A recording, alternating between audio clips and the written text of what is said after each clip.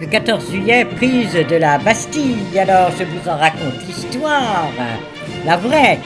Les insurgés de Paris arrivent à 10 heures aux Invalides d'abord et ils prennent des armes, 30 000 fusils à poudre noire et 20 canons. Mais ils n'ont pas de poudre pour mettre dans leurs fusils.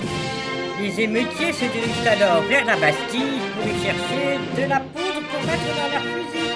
À 10h30, la foule arrive devant la forteresse de la Bastille. Le général Delaunay, qui est un ancien mousquetaire âgé que le roi a mis là parce que voilà, il ne pouvait plus être mousquetaire, et donc il regarde la foule. Voilà ce qu'il a pour se défendre: 82 gardes des Invalides, 32 soldats suisses du régiment de Saly-Samande et 30 canons.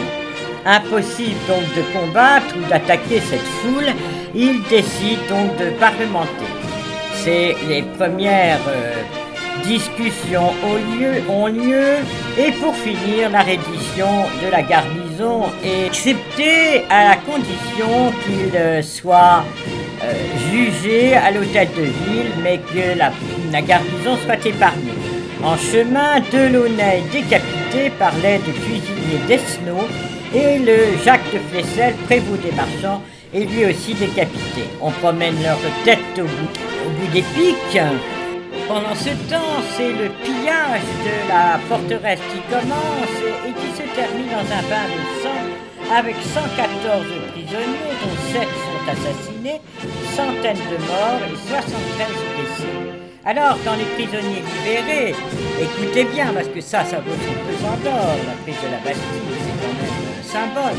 Auguste Tavernier, qui était un régicide et qui était fou, le comte de Malville, qui lui aussi était fou, puis le comte de Solage, qui était enfermé depuis 1784 pour meurtre et inceste, et enfin 4 faux monnayeurs: Jean Lacorrège, Jean Béchade, Jean Pijade, Bertrand Laroche.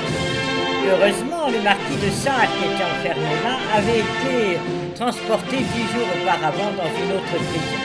Il habitait le 4e étage et était accusé de torture, viol, pédophilie, inceste et meurtre.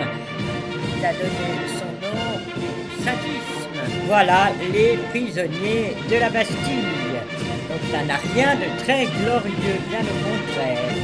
Ensuite, la destruction de la Bastille est décidée dès le lendemain, et c'est Pierre Palois, l'entrepreneur, qui embauche 800 ouvriers pour démolir ce symbole de la monarchie. Vous voyez, les prisonniers libérés, c'est quand même vraiment pas la gloire. Alors, comme ils étaient désespérés de ne pas avoir de prisonniers valables pour les sortir, alors les émeutiers inventent un faux prisonnier, le comte de Lorge, un vieillard qui est porté en triomphe et qui en fait est un émeutier parmi d'autres. Mais bon, il faut quand même prouver que la Bastille était le bastion de pauvres malheureux. Donc 2 fous, 4 faux monnayeurs et 2 meurtriers. Voilà le bilan du 14 juillet.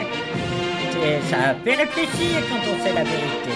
Au revoir, à bientôt pour une autre découverte. Pendant des siècles, la fête nationale était le 25 août, jour de la Saint-Louis. C'est quand même plus glorieux.